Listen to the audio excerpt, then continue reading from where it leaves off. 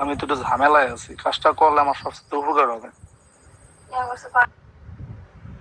সবকিছু আপনার রাতেই আপনি কিছু একটা ব্যবস্থা করে দেন, বুঝলেন? না পারতেছি কাম কাজ করতে, না পারতেছি কোনো জায়গায় যাইতে, আর অত্যাচারে এমন অবস্থা হয়ে গেছে, আর মানুষের কথা কথা উছলাই তুছলাই তো মনে করেন যে আমার জীবনটা শেষ করে দিতেছে।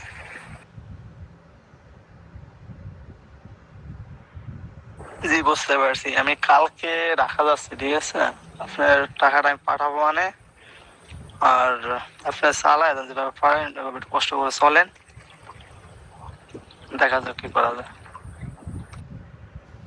বুঝছেন ভাই, ও আমার আগে থেকে ইনভলভ করতেছে বেশি, মানে আমার থেকে দূরে রাখতেছে মা বাবা। হয়তো অনেক কিছু করতেছে মনে হয় যে, ঠিক আছে, যা কিছু করতে হবে চালু করে করতে হবে। আর আমি কালকে ঢাকা যাচ্ছি, আমি সকালবেলায় গাড়ি দিয়ে চলে যাবো। আর যদি আমি গাড়িতে বসে কথা বলতে পারি তো বলবোই।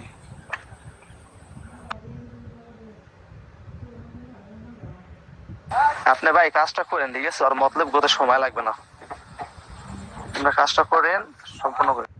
যে আলহামদুলিল্লাহ ভালোই আছি। ঝর্ণা তো আমার কাছেই আছে, আমার কাছেই চলে আইছে।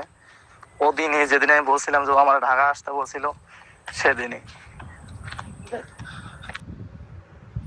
যে আমি ফোন দিব কইছিলাম, তো এটা সমস্যার কারণে ফোন দিতে পারতাছি না। টাকা দিব আর কি, 12 তারিখ স্যালারি পাবো, ঠিক আছে? আর আমি 12 তারিখে দেশে যাবো আর কি, কারণ ঢাকা তো অনেক ঝামেলা চলতেছে, কাজ কাম তেমন সেটা হইতেছে না। আমি দেশে আপনার টাকাটা পাঠাবো, ঠিক আছে? ভালো থাকেন, দেশে ভাই আবার কত হইব। ভাই আপনি আমার জিরো করে গেছেন ভাই, আমি আপনাকে বলতে পারবো না ভাই, আপনার একটা ফিক দিয়ান তো আমার খুব দেখতে ইচ্ছা করে।